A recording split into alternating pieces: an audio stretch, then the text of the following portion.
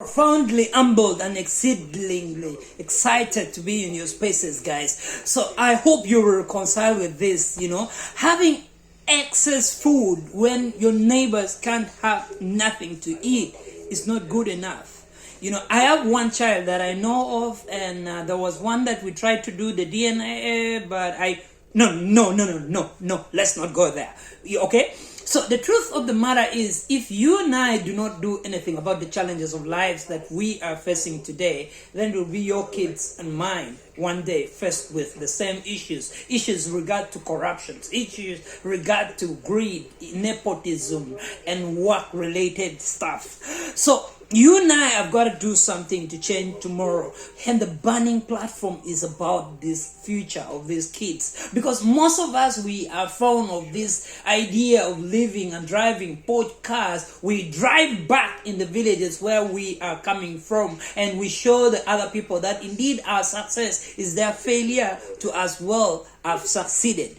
So I believe that the story will be written 50 years from now, but I care more about the names that will be resonating in those storybooks, because so many idiots think that they are safe if they build walls around themselves, putting a lot of voltage for electricity, and they think that that can save them when the masses rise up, because time has proven it, history has proven it, time without numbers, right from the fall of the French Revolution, right to Sudan recently. I'm telling you, when the masses rise up to do something, they will do it. And I'm telling you, it's only the idiots who will live in the comfort of their homes, and they think that the security and the tanks that they have secured to themselves can save them.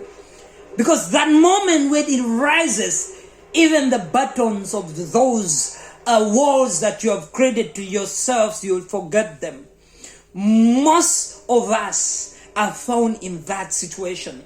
And what I care about is the kids, the future of those kids whom we see and drive past them when they are on the streets of our cities. Because I'm telling you, one day they will be faced with, at work, a lot of issues, with our very own kids.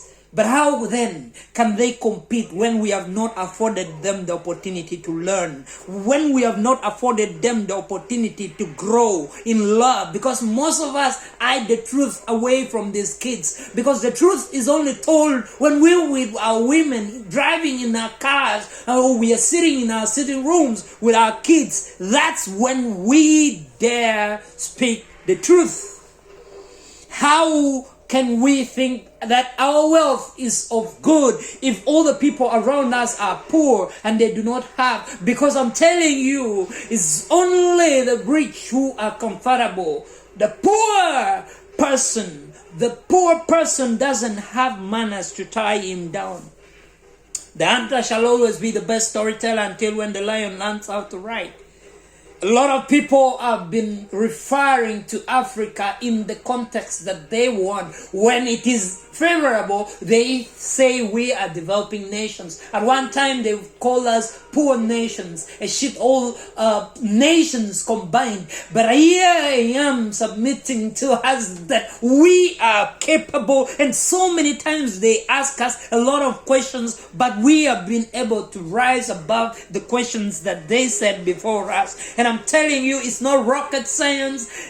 No doubt in my mind that we have a lot of prophets and people whom they call them pastors. But I'm telling you, things that need prayers, they are there. But things that need us to take to our hard work and responsibility, no matter how we pray and shed blood, we will never get there. There is a time when we've got to realize that we've got to draw a line on the sun, and then we say enough is enough. What needs to be done must be done. Africa for Africans, don't be deluded. Nobody can come in Africa to work in our favor, because I think that it is until when Africans realize their full potential and that they can start walking the talk, and that which has been made in Uganda can be celebrated and embraced in South Africa. Neither do we want to go outside of Africa? Because in Africa,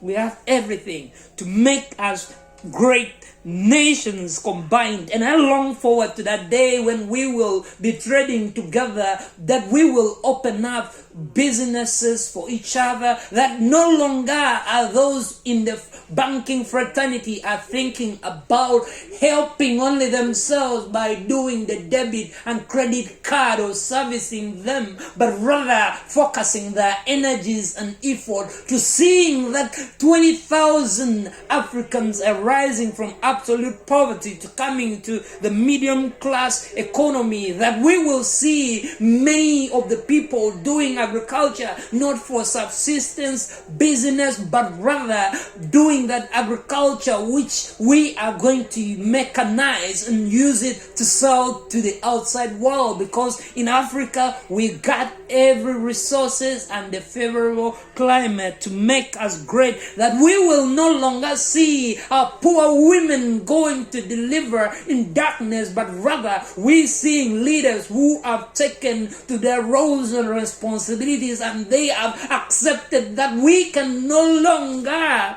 accept greed, nepotism, corruptions, because they have been in positions to create those opportunity of, creating it for the youth to have them be more innovative and creative, that they will in turn take to leadership which is above self, that they will try to embrace democracy, that democracy which is not defined by another continent whatsoever, because until when you and I have taken to our roles to define what democracy is about, then we will get there. Because I'm telling you, how can we be democratic if the people do not have enough to eat on their dinner table? I'm telling you, even amidst this pandemic of COVID-19, it will take people who reason to read in between the line and see that this pandemic is rather to unite us to do amazing things, because we need more of love and unity. I'm telling you, the antidote to seeing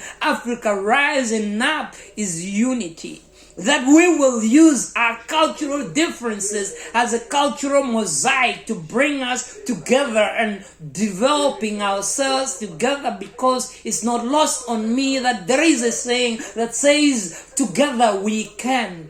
United we stand, divided we fall. No amount of prayers can liberate us. Africa for Africans, that which has been produced in Africa should be embraced. Thank you so much, ladies and gentlemen.